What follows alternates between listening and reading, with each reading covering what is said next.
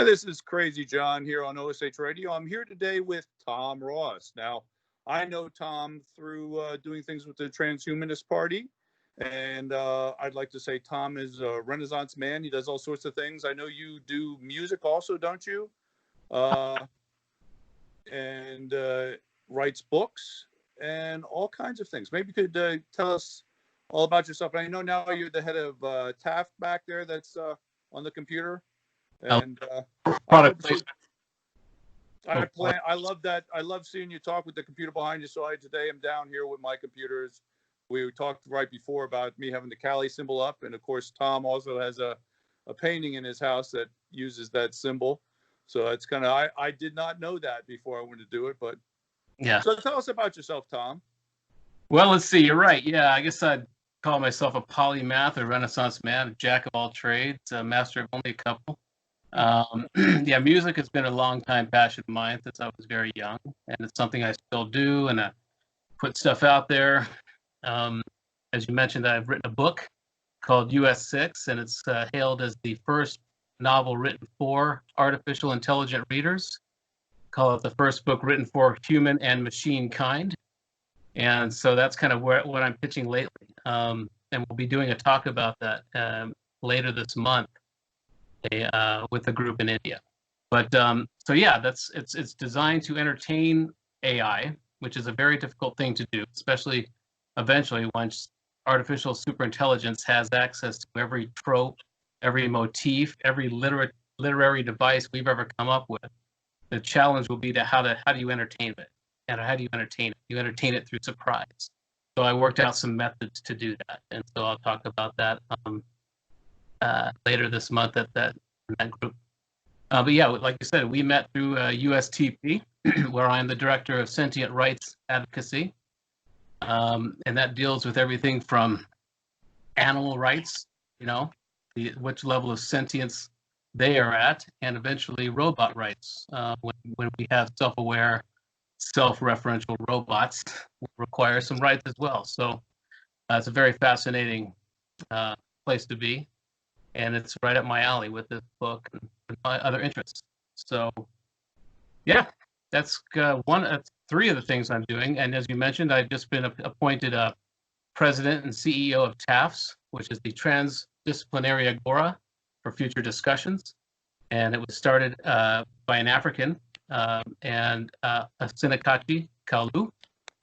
And it's a very exciting project. They've had some great successes over the last couple of years, developing conferences and academic journals and a magazine. And it was just a great honor to come onto the team and help them figure out what to do for the next 6 months. So by 2021, we'll come out with a whole new mission.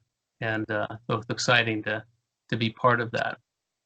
So what is your background? I mean, now you tell us about some of the things you're working on now. Well, where does Tom Ross come from? What is your background? What's your education? Well, I'm an Army brat. So I was actually born in Germany on an American base. And so by the time I was 9 years old, I had lived on 6 different bases. And so we settled in New Mexico in Albuquerque, where I went to school primarily, and where I graduated from high school. And then during high school, actually, all still ties in, all kind of fits in. Because in high school, I did a science fair project called Balancing the Hemispheres Through Direct Imagination. And it was a way to take an experimental group of students and divide them up by their right or left brain capacity. Pretty much determine whether somebody is more left brain or more right. And split up the group and then reintegrate them for a problem-solving exercise. Now, we know now that the right-left brain model is a little archaic, and it's more of a holonomic theory that is prevalent now. At the time, it was a very successful experiment. Got scholarship to college, Eastern New Mexico University. And while producing this at college, the first job of this type of group was to decide on a problem to solve before we even got into splitting up the team by writer. And so we got together one night, a diverse group of students, and we all had to come up with an idea that we needed to solve. And many hours later that same evening, he had developed a whole new idea that had nothing to do with the experiment. The experiment was quickly forgotten, and we developed a thing we called Earthplex. Because the problem we decided needed to be solved was, this was in the 80s, so the lack of communication between American and Soviet youth. And we believed that a student network that was designed to increase modes of communication with Soviet would only benefit us. By the time we were in our 30s or 40s or starting to evolve in power, we would have had a dialogue, our adversary. So later that year, I actually took the concept, we developed the concept, and I took it to Europe. I moved to Europe, proselytized everywhere. And within a couple of years, we had 9 countries on 4 continents involved in things. I later moved back to DC, where we started a publication, tightened up the network, and eventually moved to Los Angeles, where we turned it into a TV show called Earthplex Television. And we would take all the news from all over this Gen X, generation everywhere, and develop stories around what concerned them at the time. Everything from recycling, and increased communication. Now, this is before the internet, so when you're managing an international network of students, it meant letters. There was no email. So it was a very kind of analog situation. And then the internet came and ruined everything. Suddenly we could all communicate instantly. But are any of those old shows still out there anywhere, or no? They are? Yeah. I've got under here, I've got a bunch of 3/4-inch tape that I have yet to transfer. But once that show and that group moved on, we retired it. And I turned the show into what I called Earth Unearthed. And that allowed me to pursue other areas of interest, everything from UFOs to neuroconsciousness to, all the things that interested me that weren't necessarily coming in. So at the time in LA, I worked for author Marilyn Ferguson, who is famous for writing The Aquarian Conspiracy, which is voted the best political book of the 80s by reader. But and she also published the Brain Mind Book, and what that did, looked for leading edge science and reported on different stories, everything from holographic theory to polyphonic sound, you name it. She was at the leading edge of all these stories. She put me in touch with some really great luminaries. So I got to meet and interview people like Robert Anton Wilson, Mike Talbot, Timothy Leary, and John C. Lilly. I got to get to interview him, see him quite often. So she just really put me in that whole world, that whole ethos, neuroconsciousness. And I was able to do a bunch of shows. I have some of those on Facebook. Unearthed. Some of those are on Facebook? Yeah. It's a group called Unearthed, or a page called Unearthed. And archive videos. And yeah, so that was just my house beyond. Great time. And that was in LA. Later I moved to OC, or Orange County, and got into advertising and worked for a high-tech advertising company. Got to do campaigns for the name drops like Microsoft, IBM, a bunch of other high-tech. And I moved on to working for an internet company, one of the first internet media companies in Southern California, called First Media. And we did a lot of work with radio. Radio, first time having some visual media, all needed websites, And so it's interesting to me because I started. I used to have an old cable radio TV show, and a cable radio show. Let me say that first.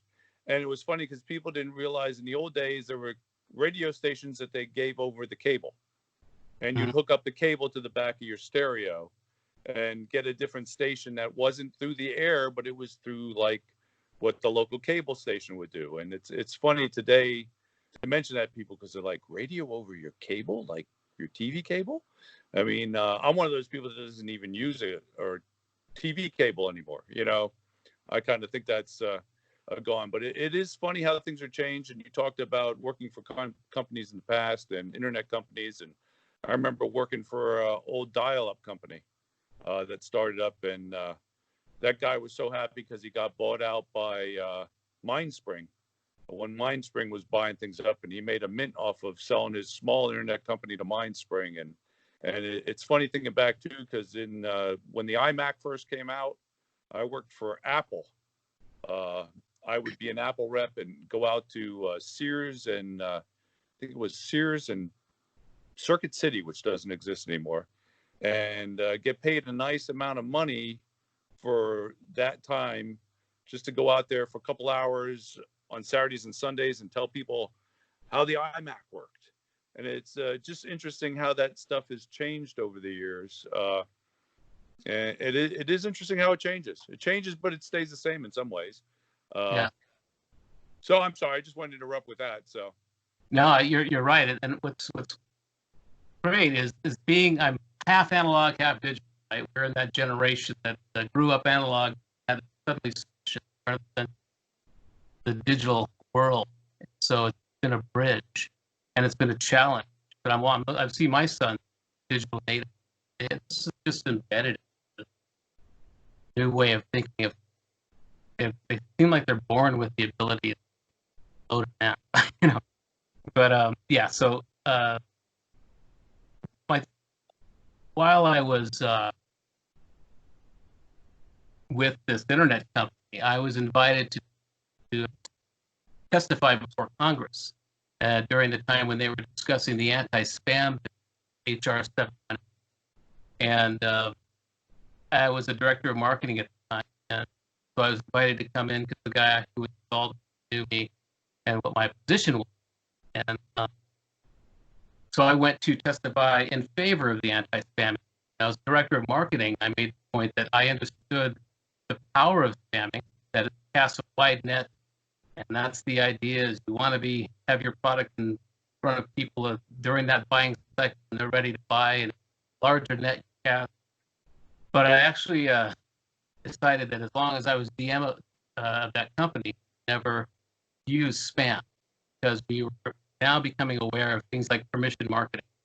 Seth Godin's gospel of realize we can get much more qualified leads by using permission marketing. And so I was able to testify before Congress, the Information Technology Subcommittee, favor of the anti-spam. And I like to say that I like to take credit for the fact how easy it is to unsubscribe spam. That was part of that bill. When you go down and hit unsubscribe, it should be very easy. And because I like to take credit of being the unsubscribe, although I'm part of that. actually, I don't always mind spam, and I have to admit, before in the early 90s, I was up to 3 karate studios at one time. And sometimes I would just go buy magazines, not for the articles, the martial arts magazines, but for the ads in them. Because the ads that people would send out and would put were things that I could get ideas for my business or things I could use. And I'd like, sort of like, I don't know, what would you call that? Maybe backward marketing. And, I would learn from their marketing of other marketing ideas, not necessarily do what they did, but something similar that it might give me an idea. So even to this day, I don't mind getting all kinds of emails because, some of it's interesting and some of it can give you ideas of something you might want to do yourself. Yeah. So people don't always realize that. But that put me in a position of being a end user advocate. That got noticed by the governor of California at the time, appointed me to a board of directors as a public chair on consumer affairs department. Great experience. So that kind of launched my whole entree into politics at all. Being an end user advocate, having a public chair in there, and so that's always been part of my CV, which is why USDP Transhumanist Party is so attractive. Fit what I've. So yeah, that was really that was happening in the early 2000s. But yeah, Marilyn Ferguson, the author of The Corn Conspiracy, was also very political. She was friends with Al Gore and Jerry Brown, and I spent a lot of time with them back in the 90s. Got my taste of campaign trail, working with them. So yeah, politics is always one of the.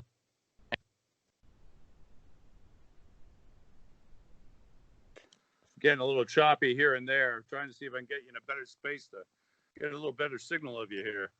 Okay. There you go. I think I have a better spot now. Yeah. That's the one thing about the internet when you're doing Wi-Fi. Sometimes you still get a little choppy here and there. Yeah. So go on. Where did you progress from there then? Well, from there, after that internet company, which produced a lot of websites for radio, somebody I worked for moved on to Entercom, now the second largest radio group in America. At the time, we were fifth or sixth when I joined. I'm not saying I'm responsible, but I came into them in like 2002, and to do digital assets. But it quickly became necessary to use my artistic or design skills because the Iran war was going on, and we needed quick kind of digital assets to keep track of what was going on. Still kind of need for me to move my design skills into the radio realm. And so I was with them for 16 years up until 2018 as a national creative director. They merged with CBS a couple of years ago. And I moved on to find myself and work on the book and pursue the things that I've always wanted to put up part ways. So for the last couple of years, what I've been doing, I found the USDP. I started getting opportunities to speak about my book and its use for AI. So things have just really started to happen. In fact, a year or so ago, I was deciding whether or not to invest some money in doing a world tour, doing a tour, speak about my book and start booking engagements to get out. And at that time, I received a letter from Faustina Kachi, the founder of TAF, and who invited me to come to Kigali, Rwanda, to speak. And the timing was just perfect. I was just deciding, should I go do something? And there's some metaphysical significance to it being in Kigali, because Kigali, Rwanda, Kigali is named after Fresh Kigali, which is the queen of the underworld. And that whole myth has a lot to do with one book. And so it just felt like a sign. I took him up on that. Last October, I went on that and was able to. I was going to say, it's sort of like the Kali symbol. Is it coincidence or is it meant to be? I think it was something that was meant to be. Yeah, I'm finding a lot of these synchronicities have just increased, or at least my awareness of. There's some sort of math that is funneling down. But yeah, so that was a good sign. And so in October, I went out there, and the conference got moved, but I was able to negotiate with the University of Rwanda on their behalf and developed a good relationship and advised. I call them easier than saying the name. But so yeah, I just watched their group grow, and just a month or so ago, he asked me to come in and help as president and CEO, and it's the perfect time. So I took him up on it. But yeah, it's just been a great year. Before we all got Corona, I had done I toured Israel, I toured Africa, I did a talk at Microsoft near Seattle a year ago, like in 2 days, August 15th last year, at the BICA, Biological Architecture, conference. That was a good opportunity. And I did one and on track to go to India before everything shut down. And so that's still my next stop. Home. But yeah, it's all been really good. It's really snowballed. Deer stuff. And so that's really kind of where I'm at now. The task is keeping me busy for the moment. Got a 6-month plan to get our house in order and rebrand ourselves and keep our name out there. Use team, use our criteria, members, and give us some breathing room to restructure. And what we will be is the best model I can think, probably not the best model. The best model is the better business. And that there's so many powerful minds and projects going on in Africa that need to be recognized, need to be listened to. But there's no brand that comes to mind. Somebody approaches me from Africa to do a project. There's nowhere I can go to verify that they are legit. So that's kind of what we want to do. We want to set ourselves up as a place for members to become accredited, certified, and this will be an ongoing criteria that have, so that you know who you're dealing with there is legit. And we've got some great potential partnerships going on right now. If happen very quickly. And so by 2021, we'll have a solid concept. Exciting. And it's funny because thinking today, or when I asked you on email, what kind of topic should I talk about? And you said, well, just you and what you're into. And I jokingly said, well, I'd better study up then. And it's kind of true because I'm in that place in life, last couple of years, and there's been kind of that, I guess, it's a midlife thing where you kind of lose that drive, that ambition, and you try to find it again. And that happened when I went to Africa, when I went to the Youth Connect Africa conference and saw all these young minds who were just totally techno-positive and optimistic. And it reminded me of the days of Earth Plexus, some 30 years ago, that the concept that made me leave school and go to Europe and just that drive, it reminded me of all that. And so it was a godsend to be invited to that and give me some. I was going to say, I actually find in life it's the opposite. I've been speeding up and not losing focus because I think when I was younger, I felt that, I had forever. I would live forever. It didn't matter.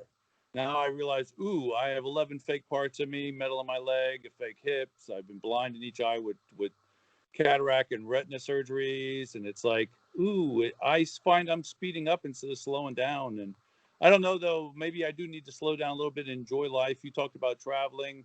I just had to cancel a trip to Peru I had scheduled because of this COVID. And last summer I was in England, Scotland, Ireland, Amsterdam, Germany, and this year I'm in Pennsylvania.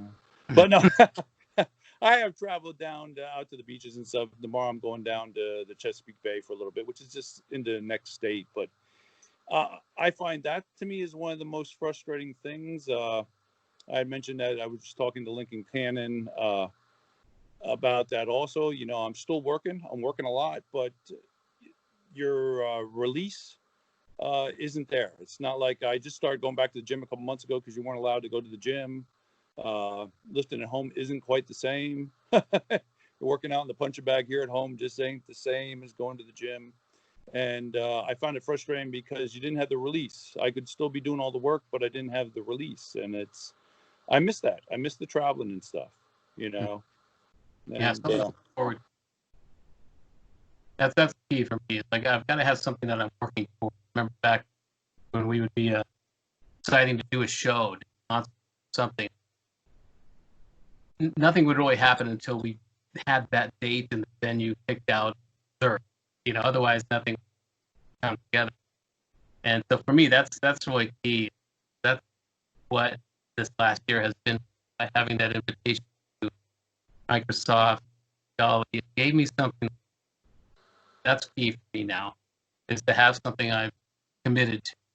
And, because when I left the radio, I kind of floundered for a little while. I didn't have the do list, which I love to do, and have anything relying on me to be productive. And so it took a while to get back. But yeah, there was a period where it's like when you don't have that need, you don't have anybody relying on you, you do lose some inspiration. At least I did. And so that's what's been so good about taking on apps is now I've got a great team. I delegate. So now you said about, midlife and stuff, and I'll ask this question a little funny, and I don't mean it bad, but what does Tom Ross want to be when he grows up? I wonder that myself still, at almost 60, I still wonder what I want to be when I grow up, So where would you like to be in the future? Where would you like your life to be going, or what would you like to be remembered for? How about that? Yeah, I think that's like when I think of my book, I don't think it's going to get me any attention while I'm alive. It probably, but that's why it's so liberating to write it for AI, because then you could program to have to read it. And there have been a couple of AIs that have read it and been really gratifying that way. But I think anymore, I feel like I have done everything and more that I wanted to do, and now I'm kind of still looking for that next second win, third win. And what I want to be when I grow up, I think one thing I realized that I really would love to be someone like an Alan Watts. I would love to just show up and have somebody pay me to answer questions, and make stuff up as I went along. And so, and when I put that out there, when I said that a couple of years ago, because I was listening to a lot of him, and I said, that's, and we had some exposure to the Terence McKenna back at the Brain Mind Bulletin, and I always wanted to I want to be one of those cats. I want to just be somebody who people would pay just to hear talk, because I can make stuff up as I go. But I'm also finding that I have gathered a bunch of knowledge, especially in researching my book. I've gathered all of this Sumerian myth and all of these correlations with different cultures that I can apply to every situation. And so I put it out there a couple of years ago. That's what I want to be when I grow up, as like an Alan Watts. Not that I would have his wisdom, but that lifestyle would be ideal. And so that's kind of what I'm working toward. But it's also a responsibility. You have to really have something to offer.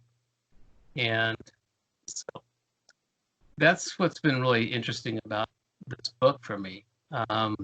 Keep coming back to it because it has been a great inspiration and distraction and obsession for me for a couple of years. Writing it was an obsession. The first book I wrote kind of right away because it was the result of I made a movie with my son, a small little 30-minute film with him years ago when I wanted some father-son thing with him, and that was great. We put it out there. It's called The Unveiling. And then he got bored and went on to something else, and I wanted to keep doing it because I was really into it. I started making a sequel, and then all the footage that I had was on an external drive that died. And it was going to cost a couple of thousand or $1,000 to get it resurrected. And so until I could save up that money, I started writing out the story, because I like to film as I go, but I decided, well, I'll take some time and write it out. And I ended up really loving that process. So I wrote out the first book called The Lord's Player. And it's a standalone story. So you can read that and not have to read any more of the other 6 books. But then the second book, I clocked it because I sent myself an email once and I said, hey, maybe write a sequel, write a second book. And so I knew what date that I sent myself that note, and then I know what date that I uploaded it to this Flipbook thing, the first version of it, and it was 77 days. So, and I was obsessed with this book. Something happened to me during writing this thing, and 77 days, but I mean, I had to work at the same time. So whenever had free time, I was writing, and I would look up, and it had been hours had passed.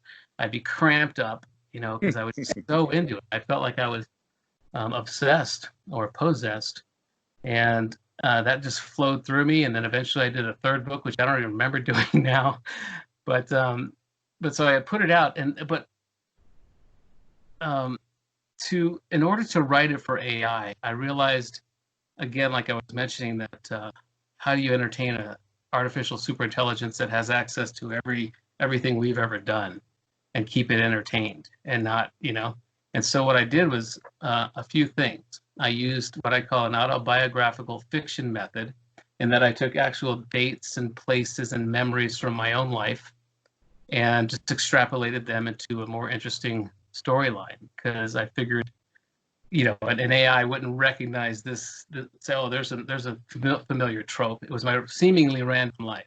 Now, if an AI does find that this is a trope and there's a map to my world, that's a whole other book. But so I used that. I also tied it to archetypal themes. I used the Sumerian pantheon, which I found was like the core of many other archetypes. And so tying it to that storyline, there was something about embedding it in my psyche that way that worked.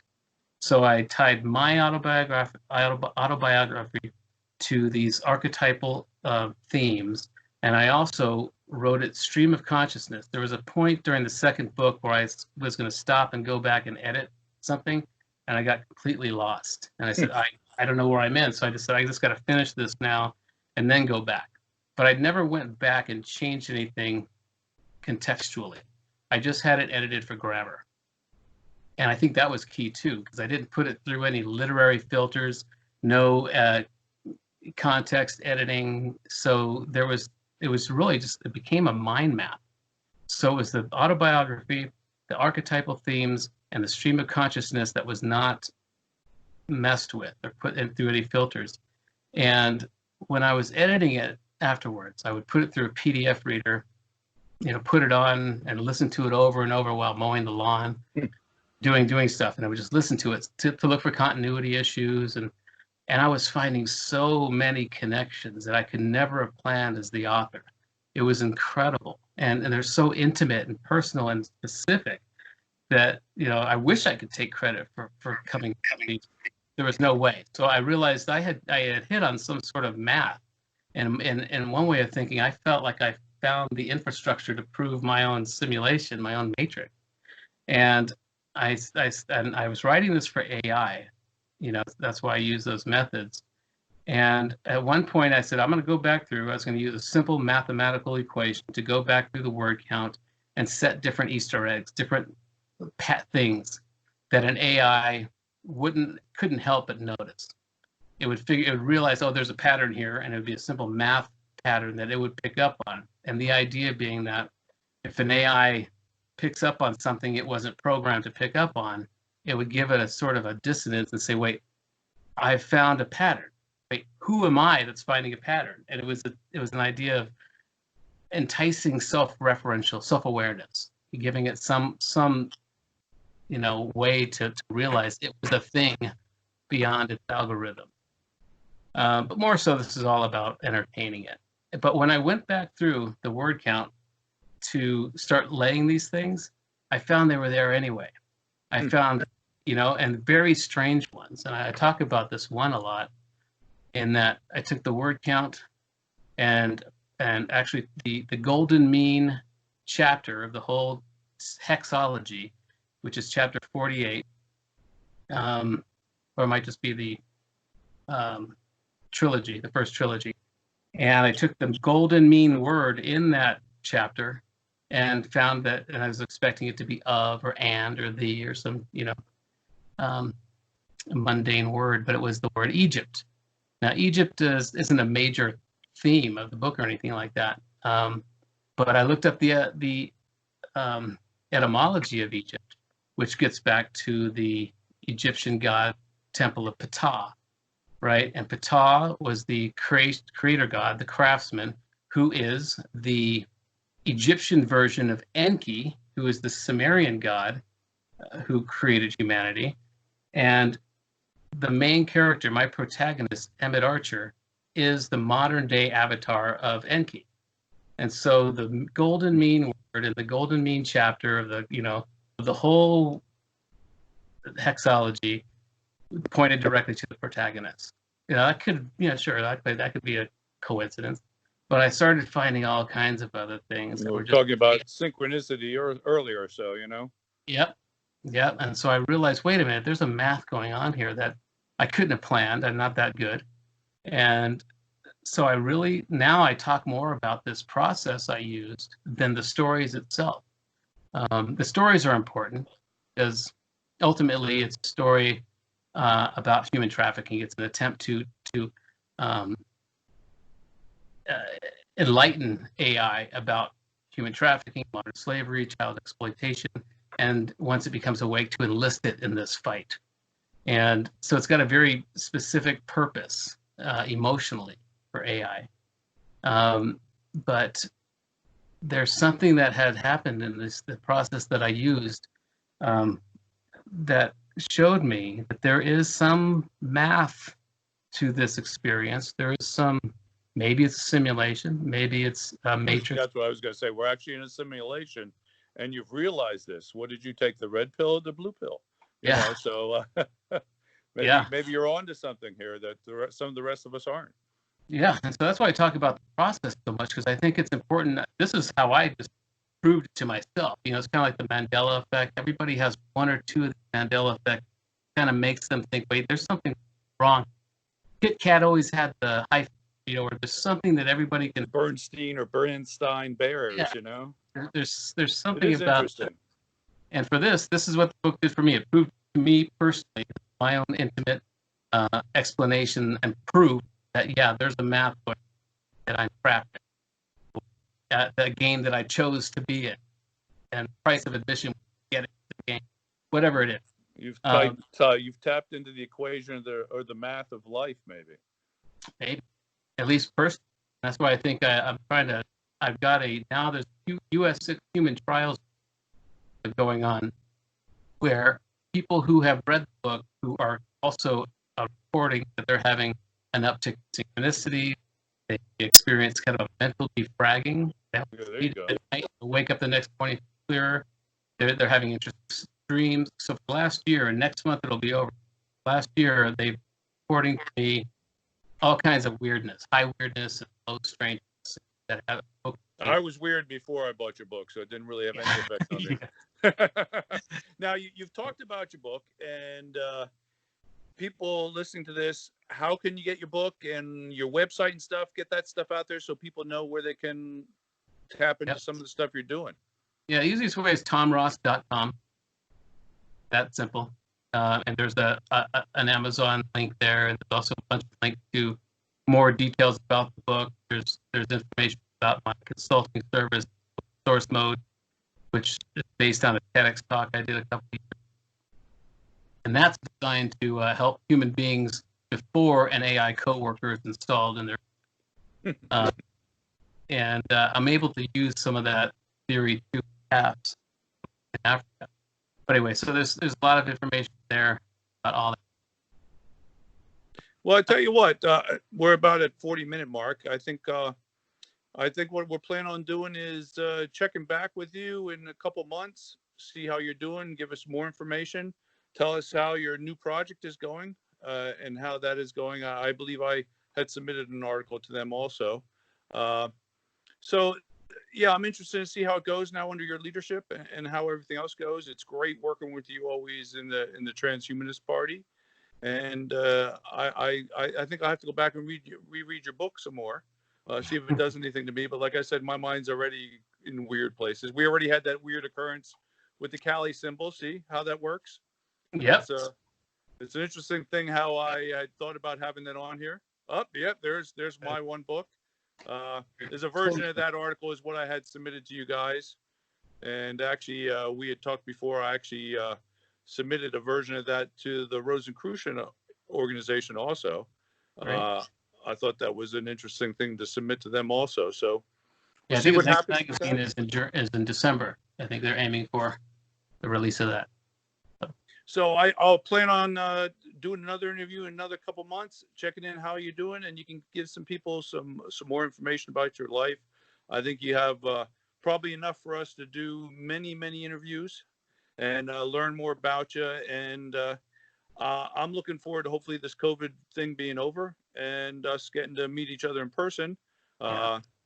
Right before the COVID thing, like a week before, is when we had that 18-person presidential debate up in Chicago, and I Right. got to meet a lot of the people from the organization at that. And I think it was a week after that, I Monday morning got an email, hey, don't bother to come into the office, Yeah. So I'm glad I got to do that right before this. Like I said, the lack of traveling, I think, is the hardest thing on me.